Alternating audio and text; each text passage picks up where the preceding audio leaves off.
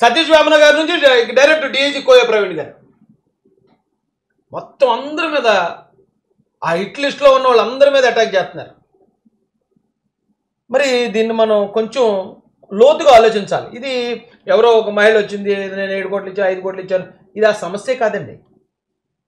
ఇప్పుడు ఏమంటారు, డిఐజీ కోయ ప్రవీణ్ గారి మీద ఎస్ఎస్టీ కేసారు. ఓడి అమ్మ తెగింపు, ఎక్కడ దాకా వచ్చేసారా మీరు? అవతల మంచితనాన్ని చూసి మా రెండు మాకు ఇచ్చేయండి అని ఎడుతారు. ఒరే వద్దురా, మిమ్మల్ని మేము పట్టించుకోవట్లేదు, మీరు పక్కన ఉన్నారా బాబు, ఆ రాష్ట్ర అభివృద్ధి చూద్దామని వాళ్ళు అంటుంటే అబ్బాయి మమ్మల్ని పట్టించుకోపోతే ఎలాగా, మాకు వెనకాతలు వీపు అంతా దురదొచ్చేస్తుంది, మా వీపు మీద మాకు పడేయాల్సిందే అంటే మీ ముచ్చట ఎందుకు కాదంటారు లోకేష్ గారు. ఆ ముచ్చట కూడా తీరిపోద్ది. ఏమండి మీకు ఇంకో చూపిస్తే ఇది చూడండి, డిఐజీపై ఫిర్యాదు జర్నలిస్ట్ వైఎస్ఆర్ అని నేను తెలియక అంటలేదండి, అతను వైఎస్ఆర్సీపీ పార్టీ కోసం పనిచేస్తాడు కదా, న్యూట్రల్ జర్నలిస్ట్ అని పేరు పెట్టుకున్నాడు. ఓకే, డిఐజీపై ఫిర్యాదు, ఇది ఒక స్ట్రాటజీ. అంటే చూసిన ప్రతి ఒక్కరు మరి అమ్మ డిఐజీ గారి మీద కంప్లైంటా, ఎందుకంటే కంప్లైంట్ చదివాడు అతను ఏమని, SC/ST అట్రాసిటీ కేసు ఉంది అందులో, నువ్వు మాలా అని లకారాలతో తిట్టాడు నన్ను అని చెప్పి ఆ మహిళ ఫిర్యాదు ఇచ్చిందని ఇతను చెప్తున్నాడు. కిడ్నాప్ చేశారని చెప్పి ఒక కిడ్నాప్ కేసు అంటున్నాడు. ఎందుకంటే జస్ట్ కంప్లైంట్ రాశారు అంతే. వాళ్ళు పట్టుకెళ్ళి పోలీస్ స్టేషన్లో ఇస్తే ఎంక్వైరీ లేకుండా డిఐజీ గారి మీద ఎవరు పడితే వాళ్ళు వచ్చి కంప్లైంట్ ఇస్తే వేసారు కదా, దానికి సాక్ష్యాలు ఉండాలి, ఆధారాలు ఉండాలి. కానీ ఇది చూసిన ప్రతి ఒక్కరు ఏమనుకుంటారండి, డిఐజీ గారి మీద ఫిర్యాదు అంటే ఆ కేసు అయిపోయినట్టు, అదేమి తప్పు చేసినట్టున్నాడు అంటే అతని మీద ఒక డిఐజీ స్థాయి అధికారి మీద కూడా ఎలా పడితే అలా రాసేయచ్చా? ఏంటండి ఈ పద్ధతి ఏంటి?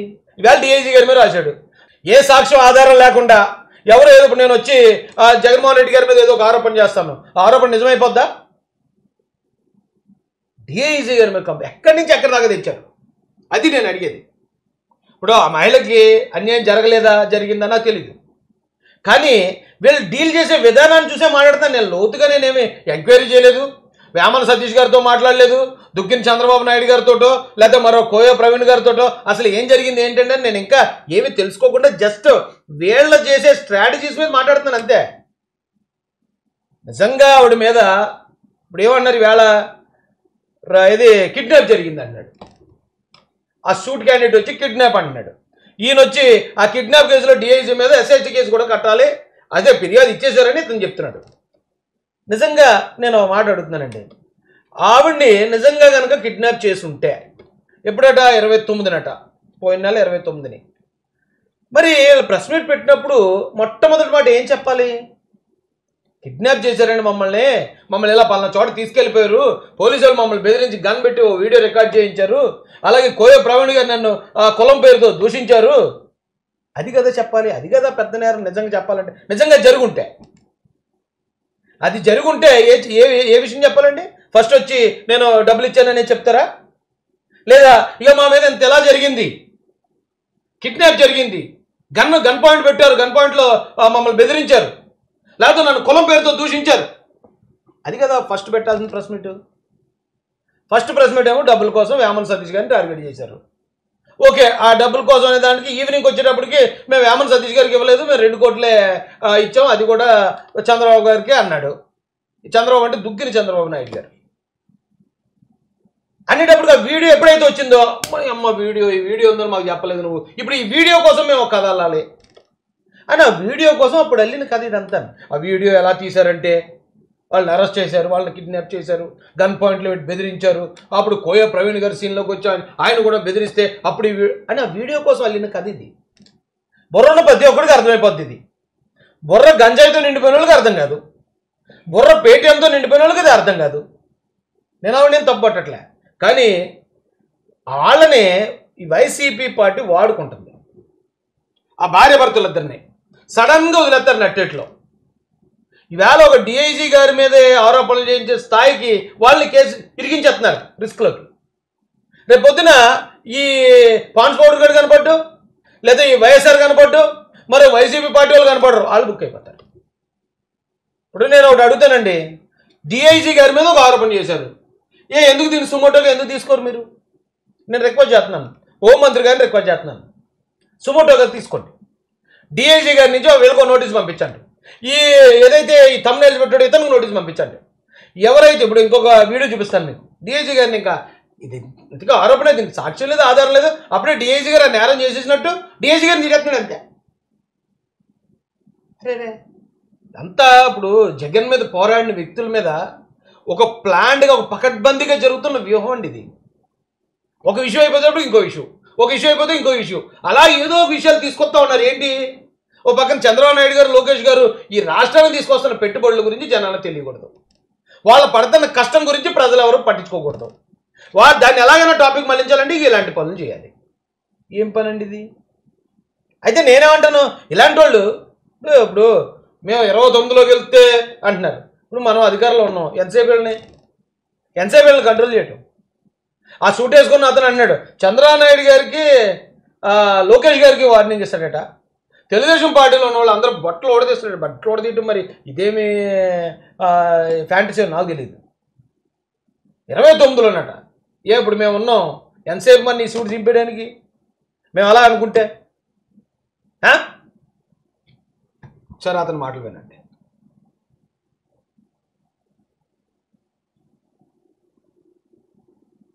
ముందు ఒకసారి డిఐజీ గారి గురించి పరిచయం చేస్తాను రండి.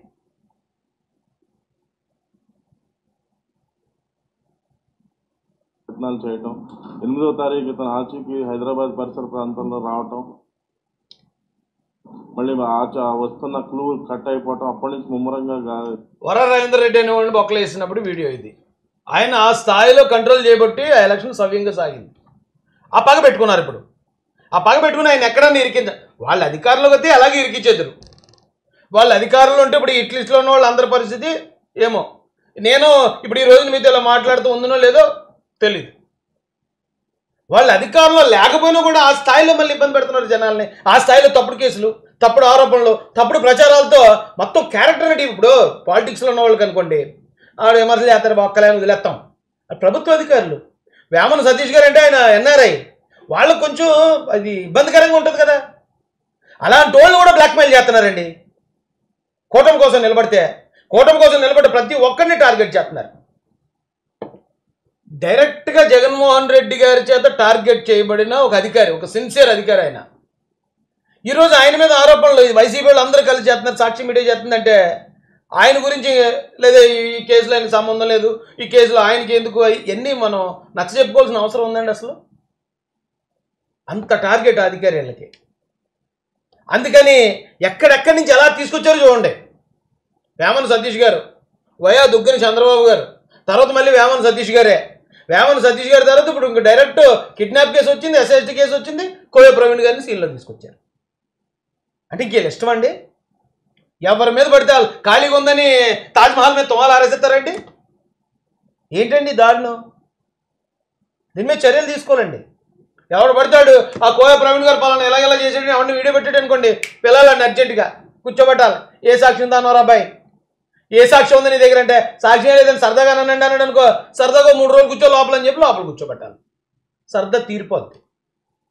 ఎవడ పడతాడు ఎలా మాట్లాడేస్తూ ఉంటే ఇక నిజాయితీ గల అధికారులకి ఏం విలువ ఉన్నట్టండి? పోలీసు వారు ఆలోచించాలండి దీని మీద. ఇక ఆయన పేరు ఆల్మోస్ట్ జపం చేశారు. అలాంటి ఆయన ఇరికించడానికి ఇప్పుడు ఈ విషయాన్ని వాడుకుంటున్నారు. వేమన సతీష్ గారు అంటే తెలుగుదేశం పార్టీకి ఎన్ఆర్ఐ వింగ్లో చాలా బలంగా నిలబడిన వ్యక్తి. ఆయన మీద దుష్ప్రచారం చేసేయాలి. ఈ జర్నలిస్టులు ఎవరైతే ఉన్నారో వీళ్ళ మీద దుష్ప్రచారం చేసేయాలి. కోన రవికుమార్ గారు ఆయన మీద ఇలాంటి అటాక్ ఒకటి చేశారు. బొజ్జల సుధీర్ రెడ్డి గారు ఆయన మీద ఇలాంటి ఒక లేనిపోయిన ఆరోపణలు చేస్తూ ఆయన మీద ఇలాంటి అటాక్. చిన్ని గారు, పేరుని చిన్ని గారు, కేసినేని చిన్ని గారి మీద కూడా సేమ్ ఇది అటాక్. ఆయన కూడా డబ్బులు తీసుకున్నాడు. నా తెలియక అడుగుతానంటే, ఇప్పుడు వేమన సతీష్ గారు అంటే ఆయన ఒక ఈవెంట్ చేస్తే ఆయన ఎవరో ట్రంప్ వచ్చాడనేది విన్నాను నేను, ఎక్కడో ఫోటో కూడా చూశాను నేను.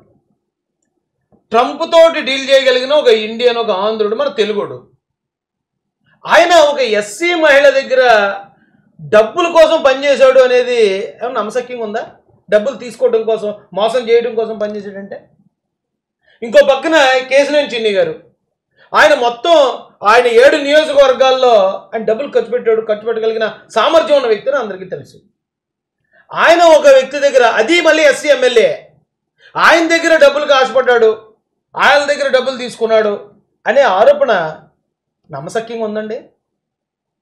ఒకసారి అందరూ మనసు పెట్టి ఆలోచించండి, మనకే తెలిసిపోద్ది. వీళ్ళకి ఈ బ్రెయిన్లో ఉన్న గంజాయి వల్ల వీళ్ళకి వాస్తవాలు అర్థం కాదు వైసీపీ వాళ్ళకి.